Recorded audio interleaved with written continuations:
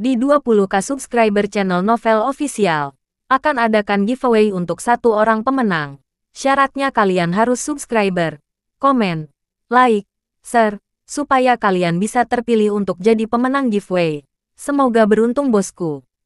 Selamat datang di channel Novel Official. Sebelum kalian mendengarkan novel lelaki yang tak terlihat kaya, jangan lupa like, share, dan subbreaker kalau tidak kusentil jantung kalian hehehehe. Tanpa lama-lama lagi langsung saja kita masuk di alur cerita novelnya. Bab 1811 sampai bab 1820. Sudah larut malam ketika mereka bertiga akhirnya memutuskan untuk kembali ke tenda mereka untuk tidur. Karena insiden babi hutan, mereka bertiga berbagi tenda. Dengan begitu, mereka dapat meningkatkan kemungkinan mereka merasakan bahaya dan memungkinkan mereka untuk saling membantu jika mereka diserang. Syukurlah, semuanya tenang malam itu. Dan ketiganya bangun pagi-pagi keesokan harinya. Meninggalkan tenda segera setelah dia bangun, Geralt menyadari bahwa sudah ada sejumlah burung yang berpesta di bangkai babi hutan. Dengan kebanyakan dari mereka adalah elang dan burung nasar. Geralt tidak memberi tahu mereka, dan malah mulai berkemas. Saat itu sekitar pukul 9 ketika mereka bertiga sudah bangun dan siap untuk melanjutkan perjalanan mereka ke kedalaman hutan. Menurut peta Old Flynn, berjalan melewati daerah pegunungan fosfor akan memungkinkan mereka untuk mencapai langkah kedua mereka. Tentu saja, itu lebih mudah diucapkan daripada dilakukan. Lagi pula, bukan hanya gunung fosfornya yang sangat luas, tetapi ketiganya tidak tahu bahaya apa yang menunggu mereka di sana juga. Dengan pemikiran itu, mereka hanya bisa berharap bahwa mereka cukup siap untuk menghadapi rintangan apapun yang mereka temui. Sampai saat ini, mereka sudah harus berurusan dengan babi hutan besar dan pemburu jiwa, tempat yang berbahaya. Bagaimanapun, itu sekitar 2 jam kemudian ketika ketiganya akhirnya menemukan sungai. Dengan itu, mereka kemudian memutuskan untuk mengisi kembali persediaan air mereka dan beristirahat sejenak saat mereka berada di sana. Sekarang duduk di atas batu datar, Juno mendapati dirinya bertanya, "Katakan, apakah Anda tahu berapa lama lagi kita harus berjalan, Geralt?" Sambil menggelengkan kepalanya, Geralt kemudian menjawab, "Tidak sama sekali. Berdasarkan peta Old Flynn, yang saya tahu adalah bahwa kita harus berjalan melewati area pegunungan fosfor." Sayangnya, peta tersebut tidak benar-benar merinci seberapa besar area tersebut. Saat mereka bertanya-tanya seberapa besar area itu sebenarnya, sebuah panah tiba-tiba terbang melewati mereka bertiga. Segera berbalik menghadap ke arah panah ditembakkan. Ketiganya disambut oleh pemandangan beberapa pria mengenakan pakaian hitam dengan busur di tangan. "Pemburu jiwa!" teriak Geralt sambil langsung memegang lengan Juno dan Ray sebelum kabur bersama mereka. Pemburu jiwa sendiri langsung mulai menembakkan tembakan demi tembakan. Hampir terasa seperti hujan panah. Syukurlah, ketiganya berhasil berlindung di hutan. "Sialan, bagaimana kita terus menabrak bajingan itu? Betapa tidak beruntungnya," gerutu Ray. "Tolong jangan lupa bahwa seluruh organisasi pemburu jiwa ada di sini. Karena mereka telah dibagi menjadi beberapa kelompok kecil. Tidak dapat dihindari bahwa kita akan terus-menerus menabrak mereka saat kita di sini." Jelas Geralt, bagaimanapun. Begitu mereka yakin bahwa pemburu jiwa telah kehilangan jejak mereka. Mereka bertiga hanya bisa menghela nafas lega sebelum melanjutkan perjalanan mereka. Setelah apa yang baru saja terjadi, ketiganya menemukan bahwa lebih aman menggunakan jalur hutan daripada berjalan di sisi sungai. Dibandingkan dengan berjalan di area terbuka yang memungkinkan mereka mudah ditemukan dan diserang, bepergian di dalam hutan akan membuat mereka lebih sulit dikenali. Terlebih lagi, ada juga banyak perlindungan di hutan, membuat pelarian jauh lebih masuk akal di sana. Apapun masalahnya, sekitar setengah jam kemudian mereka akhirnya menemukan rumah di tengah hutan. "Katakan, apakah Anda melihat itu, Tuan? Untuk berpikir bahwa orang akan benar-benar tinggal di sini di antah-berantah," seru Ray. Geralt dan Juno tampak sama terkejutnya dengan Ray. Lagi pula, siapa yang waras yang akan hidup sedalam ini di dalam hutan? Itu benar-benar membingungkan. Setelah jeda singkat, Geralt kemudian berkata, "Yah, karena ada seseorang yang tinggal di sini. Sebaiknya kita bertanya kepada mereka apakah mereka tahu seberapa jauh kita harus berjalan." Mengangguk setuju. Keduanya kemudian mulai mengikuti jejak Geralt saat mereka berjalan menuju rumah. Namun, mereka dengan cepat menemukan diri mereka mundur ke semak-semak lagi ketika mereka menyadari bahwa beberapa pemburu jiwa juga berjalan menuju rumah itu. Setelah mengetuk pintu, apa yang tampak sebagai pemilik rumah membukanya. Dan bahkan sebelum dia bisa bereaksi, Pemburu jiwa segera bergegas masuk. Setelah itu, teriakan ngeri memenuhi udara. Mendengar semua teror dari dalam rumah itu, Geralt dan yang lainnya dengan cepat bertukar pandang. Pemburu jiwa pasti ada di sana untuk melenyapkan keluarga itu. Sungguh tidak manusiawi. Tidak dapat menahan teriakan lagi. Juno mendapati dirinya memohon. Geralt, ayo bantu mereka. Pemburu jiwa benar-benar melewati batas kali ini. Setelah mendengar itu, Geralt mengangguk sebelum berbalik menghadap Ray dan berkata, sembunyikan di sini sementara kita menyelesaikan masalah. Oke, Ray. Jangan bergerak sampai kita kembali. Tentu saja, Ray tidak akan melawan perintah Geralt. Jadi dia segera bersembunyi di semak-semak terdekat. Melihat itu, Geralt dan Juno berlari menuju rumah. Begitu mereka tiba di pintu yang sekarang terbuka, mereka segera disambut oleh pemandangan pasangan yang terbunuh terbaring di genangan darah mereka sendiri. Pemandangan itu langsung membuat marah keduanya. Untuk pemburu jiwa melakukan tindakan tidak manusiawi seperti itu, mereka benar-benar lebih buruk daripada binatang buas. Kamu benar-benar Start. Raung Juno yang marah. Pada saat itu, keduanya mendengar seorang gadis berteriak datang dari dalam rumah. Tolong aku, teriak gadis yang terdengar putus asa. Tanpa membuang waktu, Geralt dan Juno kemudian bergegas menuju sumber suara. Menyadari bahwa ada beberapa pemburu jiwa yang menghalangi mereka, Geralt segera memanggil pedang Astrabais sebelum dengan ahli memotong semua leher mereka dalam satu tebasan cepat. Saat para pemburu jiwa mulai tersedak darah mereka sendiri, Juno sendiri terus berlari menuju sumber semua teriakan itu. Tak lama kemudian, dia memasuki ruangan tempat teriakan ketakutan itu berasal. Dan dia disambut oleh pemandangan pemburu jiwa dengan paksa menjepit dirinya di atas seorang gadis berpakaian sederhana.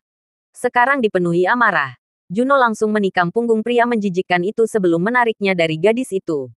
Karena Juno adalah seorang kultivator, dia jauh lebih kuat daripada pemburu jiwa yang lemah ini.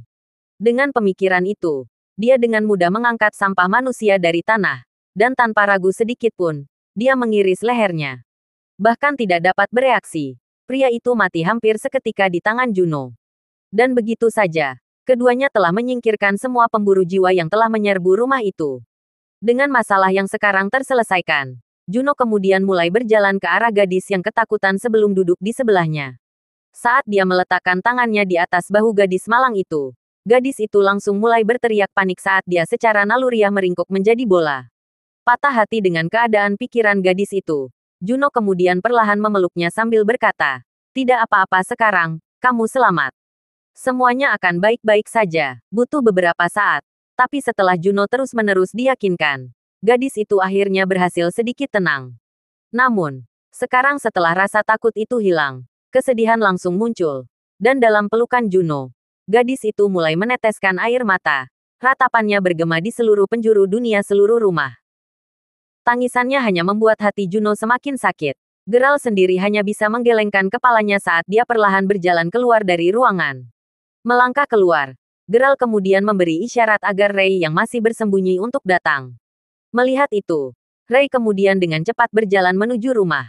Tapi begitu dia melihat betapa berdarahnya sekarang di dalam, dia langsung berlari keluar lagi untuk memuntahkan isi perutnya.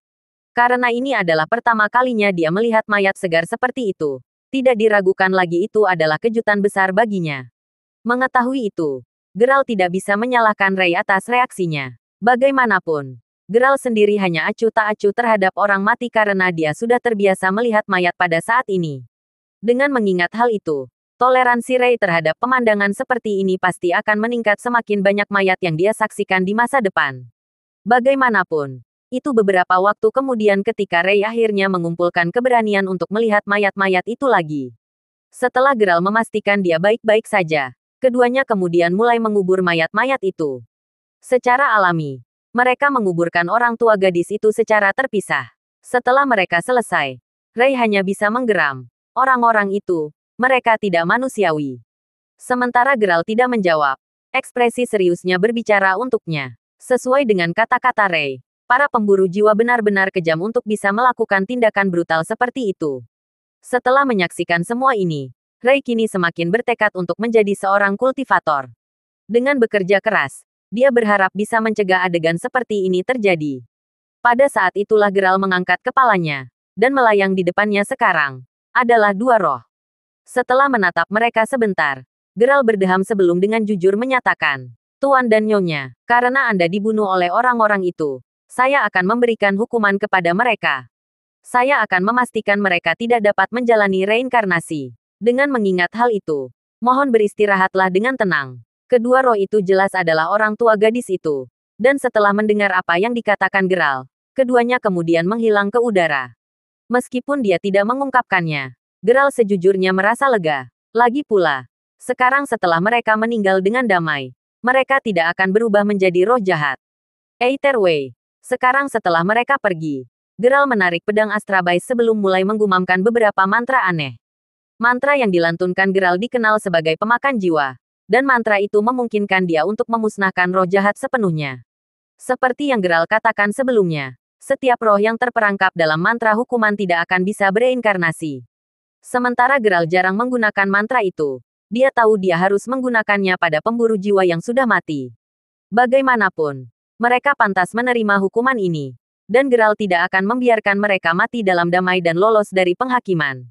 Hanya penghancuran jiwa mereka yang akan membuat Geralt merasa bahwa dia tidak mengecewakan orang tua gadis itu. Dengan nyanyian selesai, Geralt kemudian berteriak, "Pemakan jiwa." Begitu dia meneriakkan itu, roh para pemburu jiwa segera bergabung menjadi bola atau cahaya putih. Memusnahkan teriak Geralt lagi saat dia menebas tepat ke bola cahaya, menyebabkannya hancur berkeping-keping. Dan dengan itu, hukumannya selesai. Jiwa mereka tidak akan terus ada lagi, dan mereka tidak akan mampu bereinkarnasi lagi.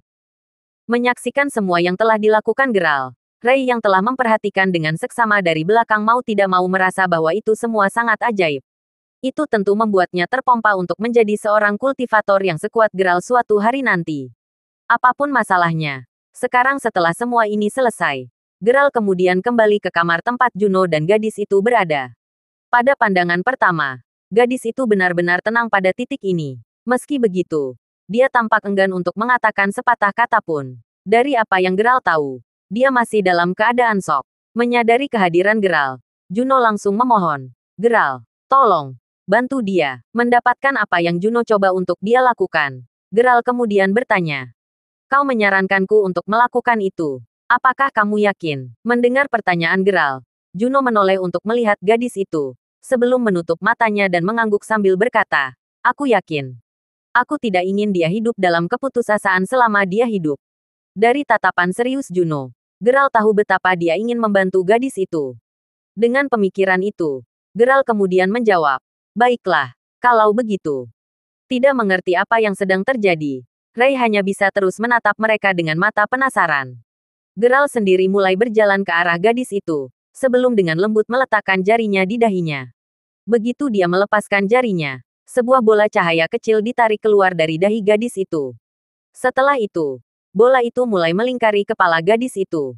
Pertama perlahan, lalu lebih cepat, dan lebih cepat, sampai akhirnya, itu benar-benar menghilang. Bingung, Ray diminta untuk bertanya, "Apa itu, Tuan?" Dia baru saja menghilangkan ingatannya. Sepotong yang bagus sebenarnya. Tetap saja, itu lebih baik untuknya dalam jangka panjang selama dia bisa melupakan semua yang terjadi hari ini, jelas Juno. Mendengar itu, Ray langsung kaget. Memikirkan bahwa ada keterampilan untuk menghapus ingatan seseorang. Bagaimanapun, prosesnya juga akan memperpendek umurnya. Meskipun kita tidak tahu persis berapa tahun telah diambil darinya. Hanya waktu yang akan menjawab, tambah Juno. Seperti segala sesuatu dalam hidup, ada pro dan kontra untuk semuanya. Sementara gadis itu sekarang bebas dari ingatannya yang menyakitkan. Umurnya sekarang telah berkurang. Seseorang hanya bisa menyebutnya hukum pertukaran yang setara. Tetap saja, ketidaktahuan adalah kebahagiaan. Selama gadis itu bisa hidup bahagia setelah ini, pertukaran itu akan sia-sia.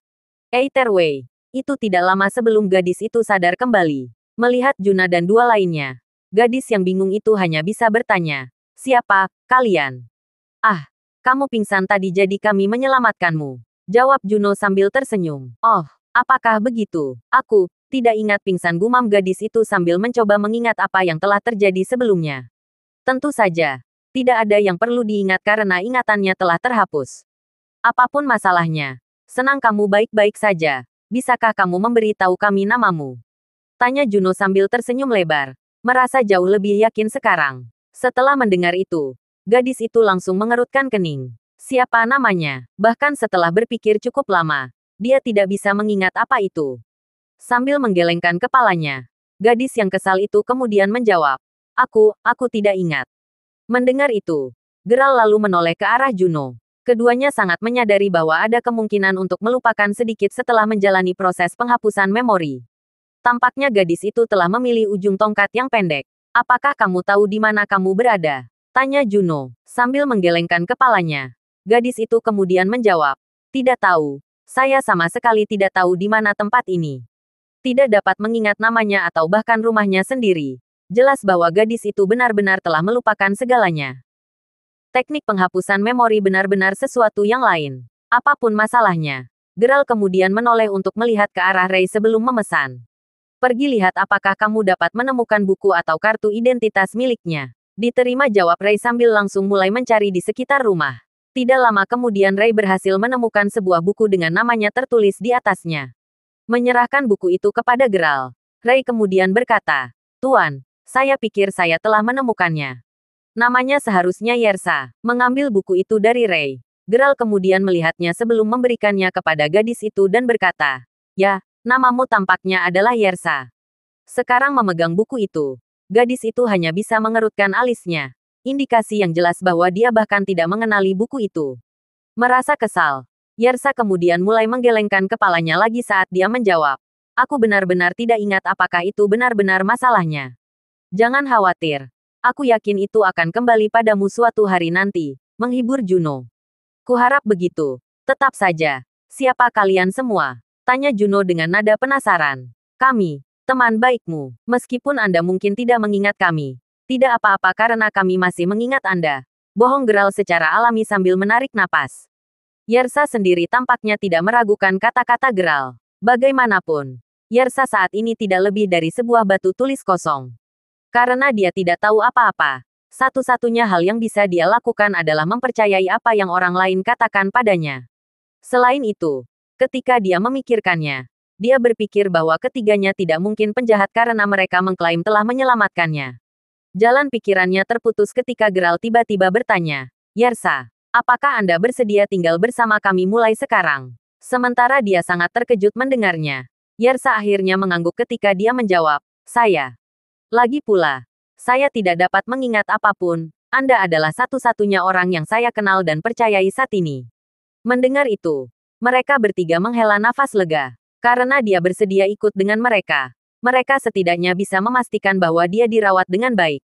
Baiklah kalau begitu, ayo bersihkan sedikit dan pergi dari sini, kata Geralt, memahami bahwa tempat mereka saat ini tidak terlalu aman. Jika pemburu jiwa sebelumnya dapat menemukan tempat ini, maka pemburu jiwa lainnya pasti akan dapat menemukannya juga. Dengan pemikiran itu, semakin cepat mereka pergi, semakin baik. Setelah dengan cepat berkemas, mereka berempat kemudian meninggalkan area itu. Secara alami, Geralt tidak menyebutkan apapun tentang orang tua Yersa. Bagaimanapun, ketidaktahuan adalah kebahagiaan. Gadis malang itu tidak perlu mengingat kejadian menyakitkan seperti itu, terutama setelah Geralt harus mengurangi umurnya hanya untuk membuatnya lupa. Terlepas dari itu, ketika keempatnya mulai menjelajah ke hutan, seorang pemburu jiwa terlihat berlari menuju tenda yang terletak di tempat perkemahan pemburu jiwa cukup jauh. Saat masuk, pemburu jiwa langsung melaporkan, Pemimpin, kami kehilangan kontak dengan pasukan ketujuh. Apa? Berapa banyak orang di pasukan itu? Tanya pria berjubah yang telah duduk di tenda sebelum bawahannya berlari masuk. Mendengar pertanyaan pria bersuara berat itu, pemburu jiwa kemudian menjawab, ada 6, Pak. Dan tidak satu pun dari mereka yang bisa dihubungi. Setelah mendengar itu, ekspresi pria berjubah itu langsung berubah jelek. Untuk 6 orang yang kehilangan kontak begitu saja, sesuatu yang mengerikan pasti telah terjadi. Kapan terakhir kali kita bisa menghubungi mereka? Tanya pria berjubah itu. Dari apa yang kami kumpulkan, mereka terakhir terdengar dari dekat celah gunung. Saya melihat, memerintahkan beberapa orang untuk pergi ke sana segera. Skuad ketujuh harus ditemukan. Terlepas dari apakah mereka hidup atau mati. Perintah pria berjubah itu, keras dan jelas. Teriak pemburu jiwa saat dia berlari untuk melakukan apa yang diperintahkan. Tak satu pun dari mereka tahu bahwa Geralt dan Juno telah mengakhiri kehidupan keenam pria itu. Namun, begitu pria berjubah itu mengetahui tentang perbuatan itu, dia pasti akan meledak dalam kemarahan. Meski begitu, tidak dapat disangkal bahwa pemburu jiwa yang mati pantas mendapatkan apa yang mereka dapatkan karena sangat tidak manusiawi. Bagaimanapun, itu sekitar 1 jam kemudian ketika pemburu jiwa yang telah dikirim untuk mencari orang-orang itu kembali ke perkemahan dengan 6 mayat dari regu ke-7. B. Kabar buruk. Pemimpin. Teriak pemburu jiwa saat dia bergegas ke tenda pria berjubah itu. Apa itu? Tapi pertama-tama, tenangkan dirimu. Balas pria berjubah itu sambil memelototi bawahannya. Sambil menelan ludah, pemburu jiwa yang ketakutan kemudian melaporkan. Orang yang kamu kirim untuk mencari regu ke-7. Mereka telah kembali dengan 6 mayat. Skuad ke-7 benar-benar dibawa keluar. Apa? Raung pria berjubah itu dengan marah saat dia bangkit dan berjalan keluar dari tendanya. Begitu dia melangkah keluar, dia langsung disambut oleh pemandangan 6 mayat yang diletakkan berjajar. Masing-masing dari mereka memiliki luka yang dalam di leher mereka. Mengepalkan tinjunya erat-erat, pria yang marah itu kemudian menggeram. Siapa yang bertanggung jawab untuk ini? Siapa yang berani? Pria berjubah itu tidak bisa hanya duduk diam setelah 6 anak buahnya dibawa keluar. Setelah memeriksa mayat-mayat itu, kami menemukan bahwa 5 dari mereka meninggal dalam satu tebasan di leher. Dari apa yang kami ketahui, penyerang juga tidak menggunakan pedang biasa.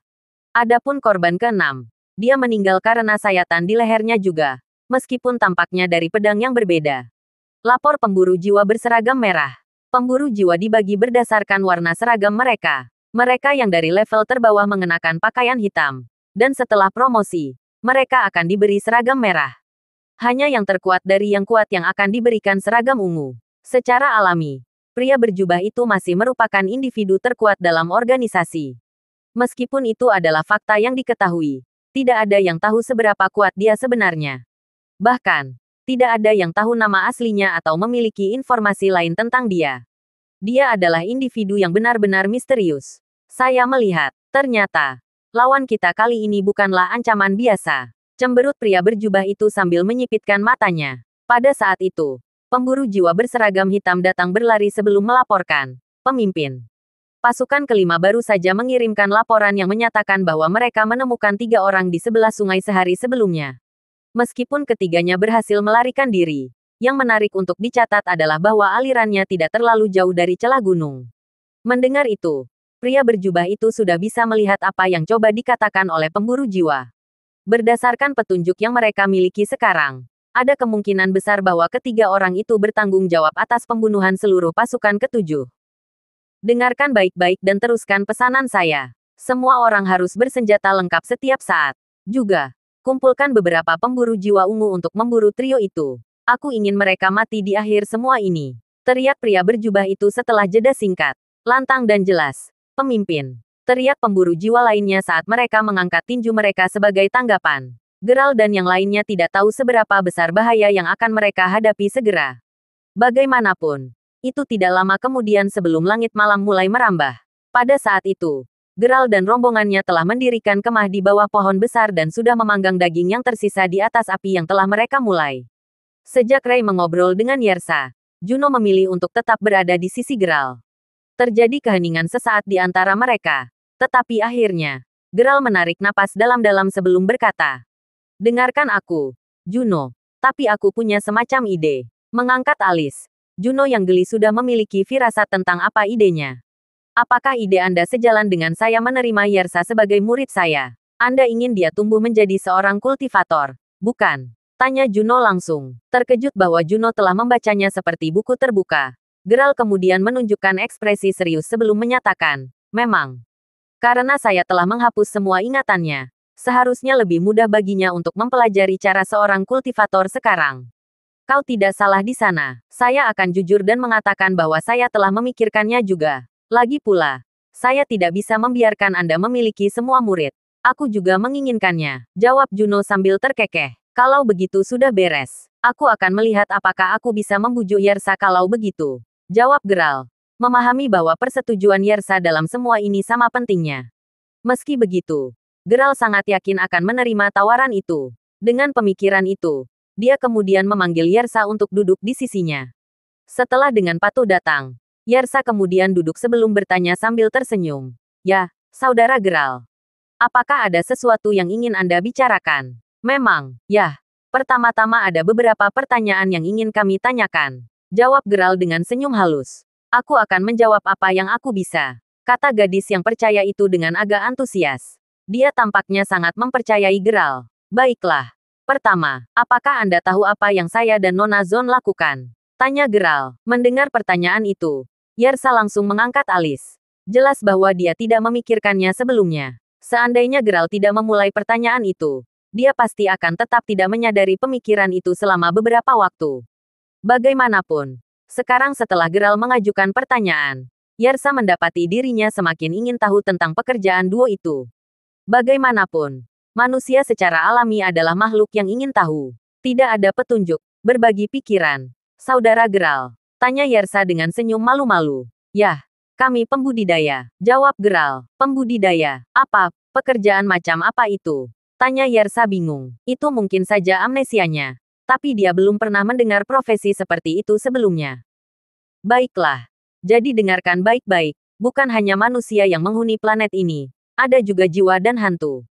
Sebagai pembudidaya, Nona Zon dan saya ditugaskan untuk menjaga keadilan dan keseimbangan antara kedua dunia. Jelas Geralt. Sangat mengherankan Yersa. Memikirkan bahwa ada orang luar biasa yang bisa berurusan dengan hantu. Setelah berpikir sejenak, dia kemudian menoleh ke arah Ray sebelum bertanya. Lalu, apakah Ray juga? Terkekeh sebagai tanggapan. Geralt kemudian menjawab. Ray baru saja bergabung dengan tim kami baru-baru ini. Dan dia adalah muridku. Berbicara tentang murid, saya memberi tahu Anda semua ini karena suatu alasan. Yersa, apa pendapat Anda tentang menjadi murid Nona Zon untuk menjadi seorang kultivator? Tentu saja. Semuanya terserah Anda dan kami tidak akan memaksa Anda jika Anda tidak mau melakukannya. Jadi, bagaimana menurutmu, Yersa? Bagaimana saya bisa mengatakan tidak? Saudara Geralt, bagaimanapun, kalian bertiga menyelamatkan hidupku. Dengan mengatakan itu, saya sepenuhnya setuju untuk menjadi murid Nona Zon. Saya pasti akan menjadi seorang kultivator yang hebat. Jawab Yersa dengan nada tegas. Aku senang kamu sangat antusias tentang itu, Yersa. Namun, harap dipahami bahwa begitu Anda mulai, tidak ada jalan untuk kembali dan Anda hanya dapat terus menjadi seorang kultivator sampai hari Anda mati. Tentu saja, Anda juga akan menghadapi segala macam hantu dan jiwa. Jadi Anda harus mengatasi masalah Anda sendiri, takut pada mereka juga. Kata Geralt, jangan khawatir. Saudara Geralt, saya pasti akan melakukan yang terbaik. Dengan Anda dan Nona Zon membimbing saya di sepanjang jalan saya yakin saya akan bisa menjadi kultivator terbaik yang ada. Kata Yersa dengan nada percaya diri. Katanya bagus. Sekarang, silakan dan hormati tuanmu. Kata Geralt sambil tersenyum sambil berdiri sambil memberi isyarat kepada Yersa untuk menghadap Juno. Mendengar itu, Juno dan Yersa pun ikut bangun. Berjalan ke Juno. Yersa kemudian menyatakan, Nona Zon tidak, Tuan. Mulai hari ini dan seterusnya, tolong jaga saya dalam perjalanan saya menjadi seorang kultivator. Mendengar itu, Juno tidak bisa menyembunyikan senyum puasnya. Setelah sekian lama, dia akhirnya memiliki muridnya sendiri. Ray sendiri yang tadinya duduk di samping sama-sama bahagia. Yersa tidak hanya memutuskan untuk bergabung dengan parti mereka, tetapi dia juga akan menjadi seorang kultivator sekarang. Katanya bagus, jawab Juno. Tidak bisa menahan kegembiraannya. Namun, begitu dia mengatakan itu, beberapa sosok bayangan tiba-tiba keluar dari hutan di sekitar mereka. Setelah melihat itu, Geralt dan yang lainnya segera berdiri membelakangi satu sama lain. Sekarang sepenuhnya waspada. Sialan. Ini pemburu jiwa lagi. Cemberut Juno. Geralt tidak bisa membantu tetapi mengangkat alis. Dia tidak berpikir mereka akan menemukannya secepat itu. Jaga Ray dan Yersa. Juno. Sekarang pergilah selagi bisa. Aku akan membawa orang-orang ini. Perintah Geralt. Keras dan jelas. Tolong hati-hati, jawab Juno saat Geralt memanggil pedang Astrabais miliknya. Melihat pedang itu, salah satu pemburu jiwa ungu segera menunjuk ke arahnya sebelum berteriak. Itu pasti senjatanya. Saudara-saudara. Dengan betapa unik dan tajamnya bilah itu, para pemburu jiwa dapat segera melihat bahwa itu adalah yang digunakan untuk mengeluarkan pasukan ketujuh. Kalian pemburu jiwa tidak tahu kapan harus menyerah, kan? Ejek Geralt sambil memelototi mereka. Tutup, Anda membunuh cukup banyak orang dari organisasi kami. Nak, dengan mengingat hal itu, kami membuat Anda membayar jika itu adalah hal terakhir yang kami lakukan. Teriak pemimpin kelompok itu sambil menunjuk Geralt dengan marah. Hanya sedetik setelah hukumannya berakhir ketika 4 pemburu jiwa lainnya mulai menyerang Geralt. Dengan seberapa cepat pemburu jiwa ungu ini, Geralt dapat segera mengetahui bahwa mereka berada di level yang berbeda dibandingkan dengan pemburu jiwa hitam. Lagi pula, selain kecepatan mereka yang luar biasa, mereka juga tampak jauh lebih kuat. Pemimpin organisasi itu pasti sangat marah jika dia mengirim begitu banyak orang terbaiknya untuk membunuh Geralt. Bagaimanapun, itu tidak lama sebelum 5 pemburu jiwa menyerang Geralt dari segala arah dengan berbagai teknik. Sejujurnya, dia hanya senang bahwa mereka semua memilih untuk menyerangnya daripada mengejar pestanya. Bagaimanapun, sementara 5 pemburu jiwa tampak kuat, mereka sejujurnya bukan apa-apa bagi Geralt. Dengan itu, Geralt dengan cepat membuat lingkaran di sekelilingnya sebelum berteriak, perisai angin dan debu. Saat mantranya berakhir, angin kencang mulai mengelilinginya. Dengan seberapa kuat angin dan awan debu, kelima pemburu jiwa akhirnya terdorong mundur. Sementara mereka tercengang, salah satu dari mereka dengan cepat tersentak sebelum berteriak, Dia seorang kultivator. Tak satu pun dari mereka yang mengantisipasi menabrak seorang kultivator jauh-jauh di sini. Tidak heran dia begitu kuat. Mendengus sebagai tanggapan, Geralt kemudian mencibir. Nah, sekarang setelah kamu tahu tentang ini, jangan pernah bermimpi untuk meninggalkan tempat ini hidup-hidup. Sebelum pemburu jiwa bahkan bisa bereaksi terhadap itu, Geralt mengambil satu langkah maju, dan detik berikutnya, dia pergi. Pemburu jiwa bahkan tidak bisa melebarkan mata mereka tepat waktu sebelum suara tebasan yang tajam terdengar. Dan sepersekian detik kemudian, kabut berdarah mulai naik ke udara saat Geralt mencabut pedangnya dari dada pemburu jiwa yang sudah mati. Meskipun ketakutan ketika mereka menyadari bahwa hanya satu tusukan yang diperlukan Geralt untuk menghabisi sekutu mereka, pemburu jiwa yang tersisa menolak untuk mundur. Lagi pula, moto pemburu jiwa adalah untuk tidak pernah mundur, bahkan ketika kemungkinan melawan mereka. Meskipun ini dibor ke dalam pikiran mereka pasti membuat mereka menjadi individu yang kompeten yang tidak takut mati. Itu juga alasan mengapa semua pemburu jiwa ditakdirkan untuk kehilangan kemanusiaan mereka dan berubah menjadi binatang berdarah dingin. Pasukan ketujuh yang tidak manusiawi yang akhirnya dibantai Geralt adalah contoh buku teks dari pernyataan itu. Terlepas dari itu, ketika keempat pemburu jiwa mulai meluncurkan gelombang serangan lain ke Geralt, Geralt hanya mengangkat pedangnya. Dan cahaya menyilaukan tiba-tiba muncul, diikuti oleh beberapa suara tebasan. Pada saat cahaya redup, 4 mayat baru sudah tergeletak di genangan darah mereka sendiri. Tak satu pun dari 5 pemburu jiwa yang mendekati pertandingan melawan Geralt. Either sekarang setelah mereka mati, Geralt mulai menopang mayat di atas beberapa pohon. Dan setelah itu selesai, dia menggunakan darah pemburu jiwa untuk menulis dengan huruf besar di pohon. Mereka pantas mati. Setelah itu selesai, dia kemudian dengan cepat berkumpul kembali dengan partinya untuk merencanakan langkah mereka selanjutnya. Pertama-tama, kupikir kita harus menyembunyikan jejak kita, Geralt. Kalau tidak, kita hanya akan dilacak oleh lebih banyak pemburu jiwa. Setelah mendengar saran Juno, Geralt kemudian menjawab, setuju. Mari kita ingat itu. Kalau begitu, dengan menutupi jejak mereka, mereka setidaknya bisa menurunkan kemungkinan pemburu jiwa menemukan mereka lagi. Geralt benar-benar tidak terlalu tertarik untuk diburu hari demi hari. Saat dia memikirkan betapa mereka tidak perlu khawatir jika mereka menutupi jejak mereka, sebuah pikiran tiba-tiba muncul di benak Geralt.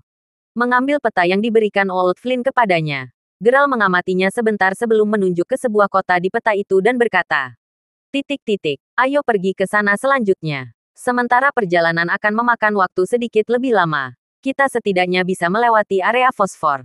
Karena ini adalah kota, kita juga akan mendapat kesempatan untuk memasok di sana. Apapun yang kamu katakan, jawab Juno tanpa ragu sedikit pun. Sekarang setelah diputuskan, kelompok 4 kemudian mengubah rute mereka dan mulai menuju kota di peta. Kota itu sendiri dikenal sebagai kota 5 elemen, dan dinamai demikian karena alasan geografis. Bagaimanapun, setelah bepergian sepanjang hari, keempatnya akhirnya tiba di pintu masuk kota. Bertentangan dengan kekurangan manusia, sebelumnya, kelompok itu dengan cepat menyadari bahwa kota itu hidup dan sibuk. Di satu sisi, hampir seolah-olah seluruh kota adalah pasar yang ramai. Semua orang, pasar gelap memasang tengkorak kristal untuk dilelang. Ayo kita periksa, teriak seorang pemuda tiba-tiba. Mendengar itu, banyak yang tertarik dengan lamarannya, termasuk Geralt dan partainya. Untuk berpikir bahwa akan ada pasar gelap di kota, kenapa kita tidak pergi melihatnya juga? Kata Ray yang selalu tertarik dengan hal-hal seperti ini. Tentu, mengapa tidak? Jawab Geralt, tidak melihat alasan untuk menolak. Sejujurnya, bahkan dia tertarik untuk melihat apa lagi yang akan dilelang. Mengikuti kerumunan, mereka berempat segera tiba di pasar gelap kota 5 elemen. Dari senjata api, bom, bahkan narkoba, hampir semuanya dijual di sana. Itu benar-benar tempat yang menarik. Akhirnya, mereka berempat menemukan tempat kosong untuk berdiri. Namun, tidak lama kemudian seorang pria yang mengenakan topi dan jaket kulit naik ke atas panggung. Salam, semuanya. Nama saya Mario Grand, dan saya adalah kepala administrator pasar gelap. Saya akan mengatakannya sekarang bahwa barang yang kami lelang hari ini sangat luar biasa. Tidak berlebihan untuk mengatakan bahwa hanya dengan melihatnya akan memperluas wawasan Anda. Meskipun saya yakin banyak dari Anda telah mendengarnya, saya ingin menekankan bahwa hanya ada satu dari jenisnya di planet ini. Dengan itu, apakah saya perlu menjelaskan seberapa langka harta itu? Kata pria berjaket kulit dengan agak bersemangat. Setelah mendengar itu, penonton yang kewalahan langsung mulai bersorak untuk item yang akan ditampilkan. Baiklah kalau begitu, saya persembahkan untuk kalian semua. Tengkorak kristal. Bawa ke atas panggung. Perintah Mario ketika salah satu bawahannya dengan cepat membawa sebuah kotak ke atas panggung sebelum menyerahkannya kepada kepala administrator. Setelah menerimanya, Mario dengan hati-hati membuka kotak itu, dan sambil menyeringai, dia kemudian mengeluarkan tengkorak kristal itu, menunjukkannya kepada penonton sambil berteriak, "Lihat, barang lelang kami yang luar biasa hari ini, tengkorak kristal." Terima kasih sudah mendengarkan novel lelaki yang tak terlihat kaya. Sampai jumpa di novel selanjutnya.